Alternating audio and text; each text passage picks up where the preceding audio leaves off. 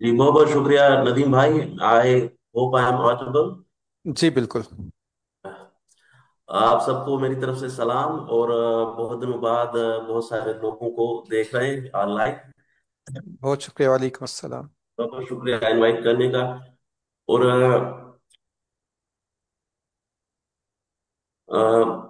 मैं जल्दी जल्दी इसको खत्म करने की कोशिश करूंगा, फिर डिस्कशंस में होपफुली जो क्वेश्चंस किए जाएंगे उनको रिस्पॉन्ड करने की कोशिश करूंगा। तो मैंने जो ये रिसर्च शुरू की, तो शुरू में मेरा ये मकसद बिल्कुल नहीं था कि मैं फोर्स कन्वर्जन पे रिसर्च करूं। ये तो बाय डिफॉल्ट एक इशू उभरा। और शुरू में जब मैंने रिसर्च शुरू की as as as an MPhil. मैं एमफिल कर रहा था कायद आजम यूनिवर्सिटी में। तो मैं पेजेंट्स पे और दलित्स पे काम कर रहा था। कास्ट मैंने आइडेंटिफाई किया था, कास्ट को as a major issue affecting minorities in Sindh, क्योंकि 85% of the population of minorities, religious minorities in Pakistan belong to scheduled caste and academically also known as Dalits। तो उन पे मैं काम कर रहा था, तो मैंने सोचा कि इस इशू को रिजॉल्व किया जाए। I am a political anthropologist. तो मैं यानी कि इशू रेजोल्यूशन और पॉलिसी मेकिंग की तरफ रिसर्च को ले जाना चाह रहा था। तो जब मैंने ये काम शुरू किया, तो कास्ट से ये काम जो है ना डाइवर्ट होके रिलीजन की तरफ चला गया शुरू से ही। और थोड़ा सा मैं बैकग्राउंड ये भी बता दूं कि it was an ethnography that was I was doing. I am political ethnographer. तो ये 2014 में मैंने शुरू किया काम एज एन एमफिल स्टूडेंट। फिर 2016 में जो है मेरी जो है थोड़ा बहुत इसको टच किया। हमने एक तहरीक बनाई, दलित तहरीक, एक्टिविस्ट के साथ मिलके। जो लोकल एक्टिविस्ट थे और most of them were Dalit Hindus. और तकरीबन बहुत सारों को मैं जानता हूँ, ऑलमोस्ट कह लें सबको मैं जानता हूँ जो एक्टिव हैं उधर, और मुझे भी वो जानते हैं कि मैं उनके साथ काम किया, क्योंकि I was one of them as an activist. और ये जो पिक्चर थी, आप पीछे स्लाइड पे, पीछे पहली स्लाइड पे चले जाएं, पिक्चर जो आपको नजर आ रही है, ये जो एहतजाज है, ये पहला एहतजाज था जो मैंने ऑर्गेनाइज करवाया एज अ मेंबर ऑफ दलित सुजाग तहरीक। और ये प्रेस क्लब हैदराबाद के सामने हमने एहतजाज जो है इसको इसको प्रोटेस्ट किया दलित सुजाग तहरीक के प्लेटफॉर्म से। और सिंधी में एक ये बैनर बना हुआ है जिसपे लिखा हुआ है कि दलित जो छोटी उम्र की लड़कियां हैं उनको अगवा करना और जबरदस्ती मजहब तब्दील करना उनका बंद करे।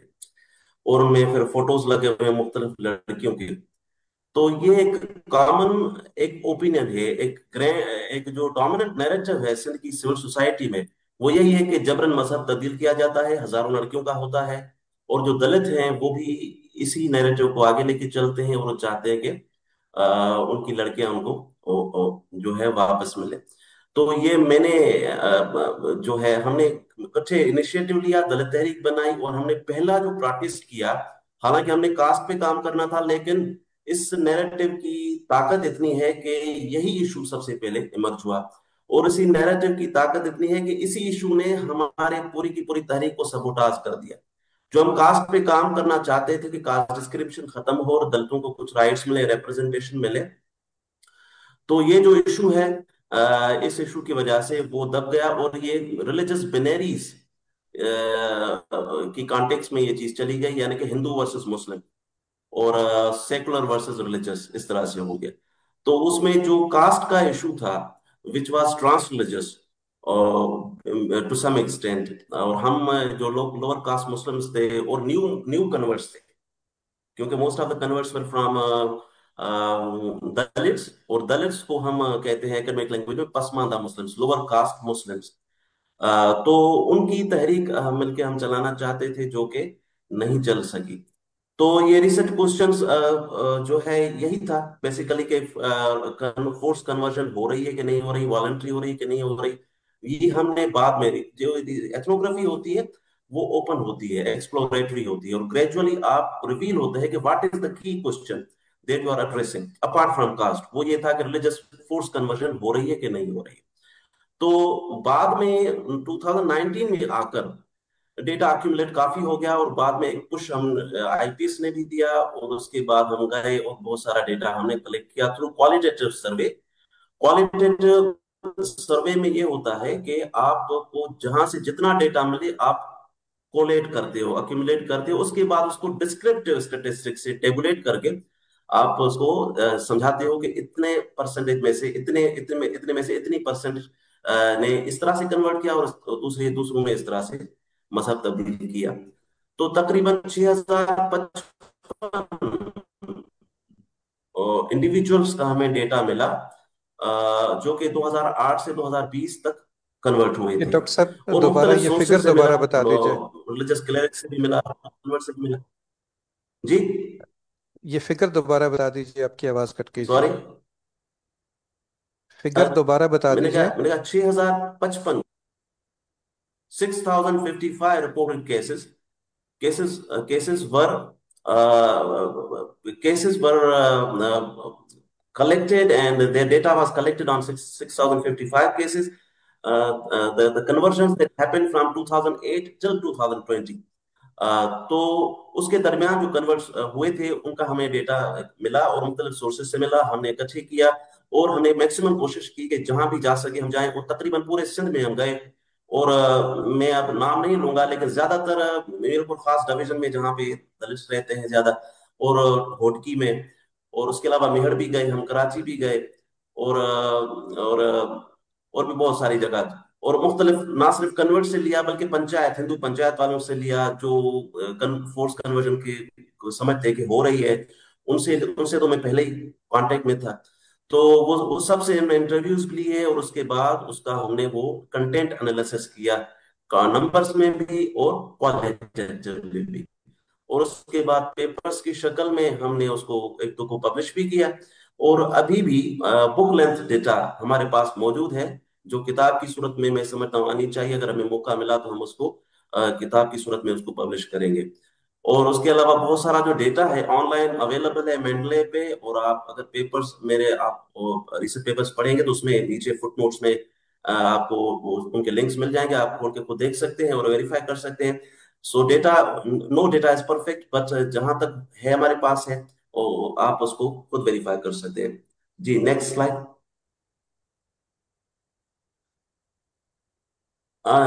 जी, तो ये जब हमने लिटरेचर रिव्यू करते हैं तो उसमें सबसे पहले जो मौजूद डेटा होती है उसको हम एनालाइज करते हैं। तो उसमें जो स्टडी थी, सबसे जो फाउंडेशनल स्टडी थी, जो हमें ज्यादातर लिटरेचर नहीं मिला, लेकिन ये वाजिद मंसूर का काम था और जुर्गन शेफर का, इज अ जर्मन स्कॉलर, उसका काम।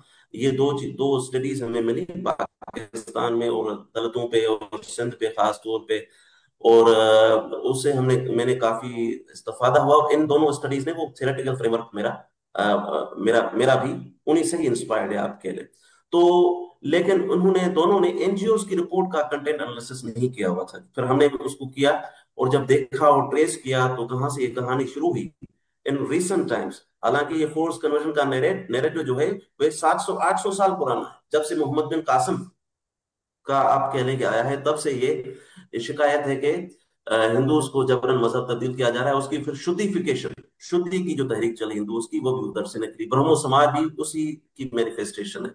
मुख्तलिफ हिंदूज की जो रिवाइवलिस्ट मूवमेंट्स है वो their reaction to Islam mostly, but also to some extent in recent past, since Christianity came in the subcontinent, they also reacted to Christianity, because both religions are the religions of convert, in reverting people to Islam or Christianity.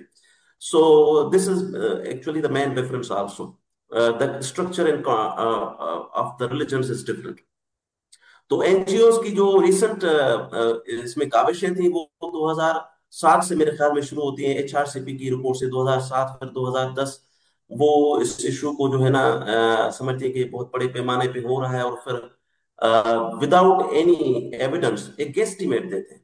Guesstimate होता है guess करना, यानी कि अंदाजा है हमारा कि 25 हिंदू लड़कियां उमरकोट में हर महीने कन्वर्ट होती हैं, एक कहीं पे लिख दिया। फिर आगे चल के दूसरे साल एक रिपोर्ट उन्होंने दे दी, उसमें कहा कि हमारा अंदाजा है कि कोई 500 700 300 लड़कियां इधर इस तरह से होंगी।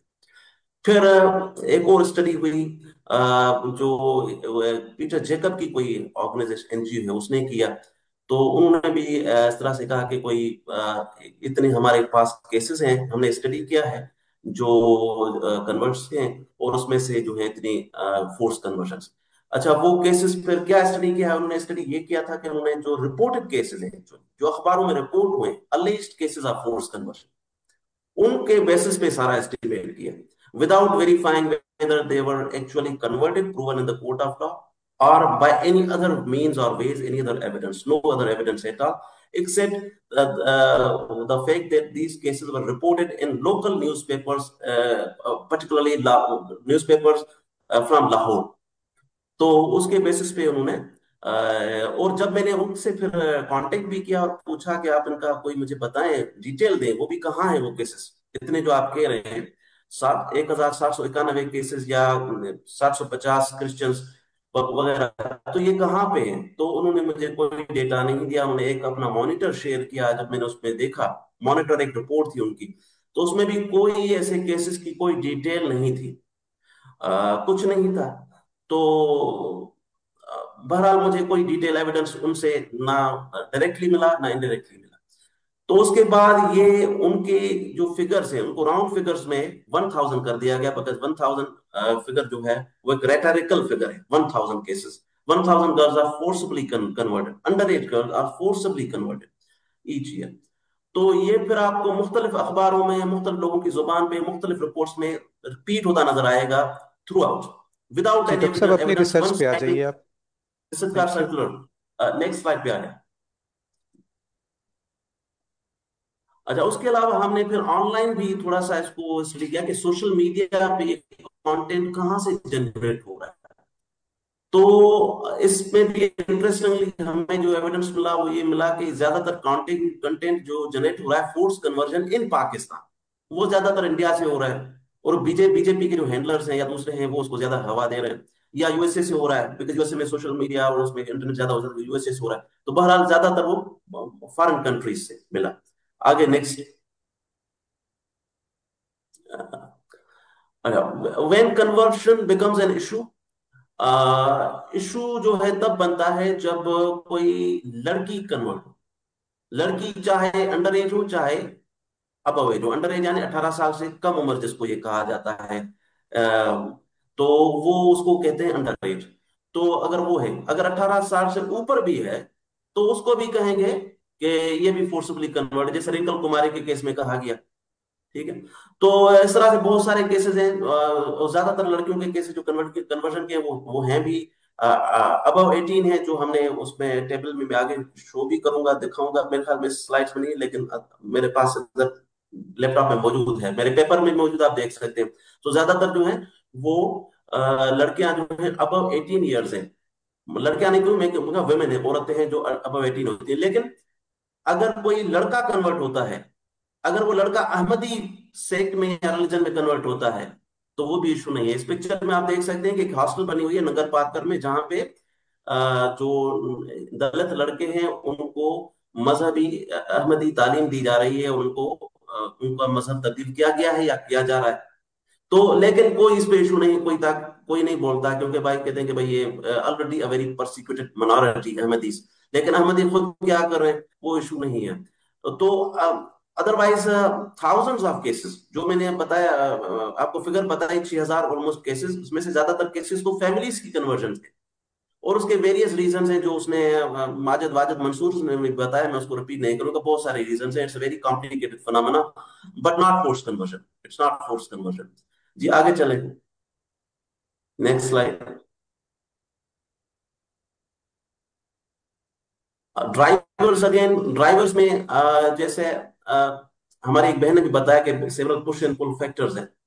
दलितों में caste exclusion, poverty, marriage restriction, lack of social mobility, ये सारे आप पुश फैक्टर्स काउंट कर सकते हैं। पुल फैक्टर्स में इंटरकास्ट मैरिज पॉसिबिलिटीज जो है वो नहीं है, प्रोटेक्शन नहीं मिलता।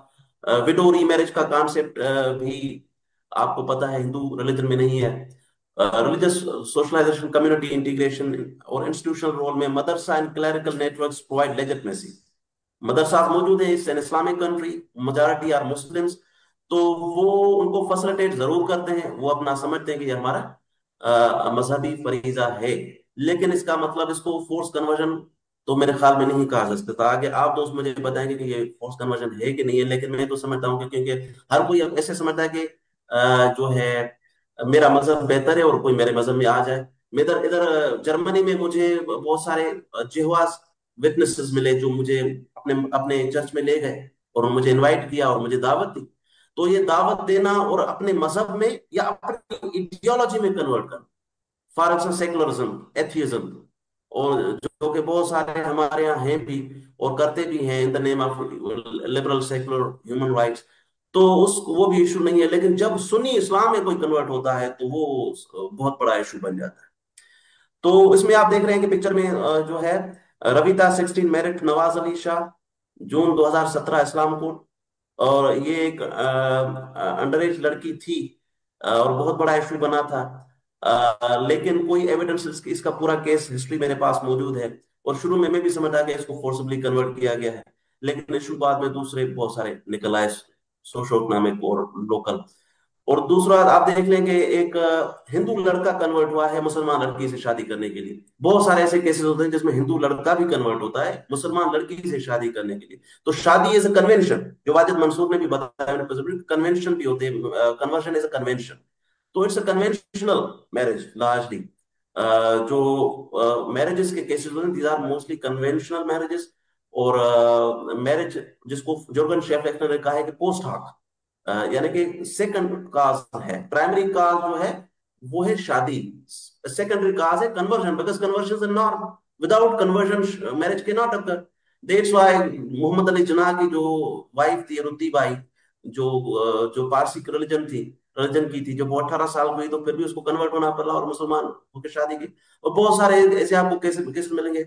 कम्युनिस्ट जो फेज अहमद थे उसकी जो वाइफ थी, वो भी क्रिश्चियन से मुसलमान हुई। हालांकि क्रिश्चियन को मुसलमान होने की भी जरूरत नहीं है, ऐसे शादी हो सकती है, लेकिन because as a convention and norm and culture, that's why it happens also in India, जिसको जी लव डॉक्टर जहाज कहा साहब, जाता है, एंड डॉक्टर आल्सो साहब अपनी इन अदर रिसर्च पे कंट्रीज। वापस आ जाइए प्लीज।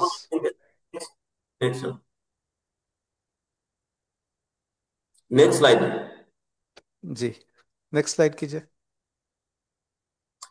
जी, तो लोकल जो नैरेटिव है, जब आप गहराई में जाते हैं, डेप्थ में जाते हैं, एथनोग्राफी करते हैं, तो आपको असल कहानी बाद में आहिस्ता आहिस्ता समझ आती है। शुरू में तो आप फ्लो में जाते हैं, बह जाते हैं कि भाई ये जो हो रहा है ये सही हो रहा है, और मियां मच्छू बड़ा जुल्म कर रहा है, और फिर अयूब चांद सरहदी जो है बड़ा जालिम है, इस्लाम जो है बड़ा खराब रिलीजन है, आप बागी हो जाते हैं। और जब ग्रेजुअली आपकी मुलाकातें होती हैं और आप बैठते हैं और बैठक होती है, तो आहिस्ता आहिस्ता अनफोल्ड होती है चीज।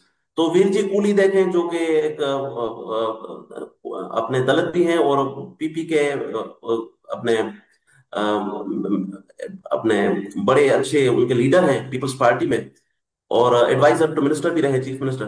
तो उससे जब मैंने इंटरव्यू किया तो उसने कहा कि it is forced conversion only when girls were minor और under age and are disappeared for 6 to 12 months. But when a girl or a woman usually converts for romantic marriage, it should not be termed as a forced conversion. But our elders do not accept this fact.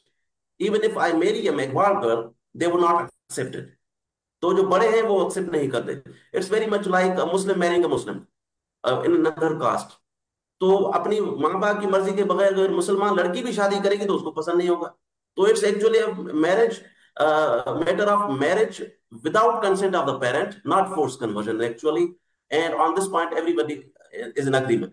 Ganpat Rai भी जो दलित activist हैं वो तो बड़ा इसमें radically उसको समझता है कि ये एक प्रोपेगेंडा, इसको खत्म होना चाहिए। The drama of forced religious conversion should be closed immediately. The problem is not why some dozen girls convert to marry, but the real question to ponder is why millions of humans continue to be suppressed under the caste system. The so-called forced religious conversion of Sindhi girls is a non-issue. The real issue, for instance, is to understand why the poorest of the poor commit suicide daily, and why traditional peers, meers, and vaderas of Sindh continue to dominate politics and power corridors. ये गणपत राय भी बहुत बड़े लिखारी है सिंध के, और Pakistan level पे नहीं जाते, लेकिन सिंध में ये जो उनके लोकल है दलित, उनमें सबसे बड़ा लिखारी अगर मैं समझता हूँ कि राइटर है कोई इंटेलेक्चुअल है तो वो गणपत राय भी है। नेक्स्ट स्लाइड, मेरे ख्याल में खत्म होगा। पॉलिसी एंड थ्योरेटिकल इम्प्लीकेशंस इसको हम बाद में डिस्कस करें। Thank you. बहुत शुक्रिया जी, बहुत शुक्रिया। Thank you. हमारे पास वक्त की किल्लत है। हम एक एक क्वेश्चन तीनों प्रेजेंटेशंस पर ले लेंगे। उसके बाद हम नमाज का वक्फा करेंगे, और नमाज से जब हम वापस आएंगे तो हमारे साथ हमदान खलीली मौजूद हैं ऑनलाइन। ये जैसे मैंने शुरू में बताया था कि ये खुद भी कन्वर्टेड मुस्लिम हैं, और जो गुलजार खलील है उमरकोट में, एक बड़ा मरकज़ है अयूब जान सरहंदी साहब की निगरानी में। वहाँ बड़ी तादाद में कन्वर्जन्स होती हैं।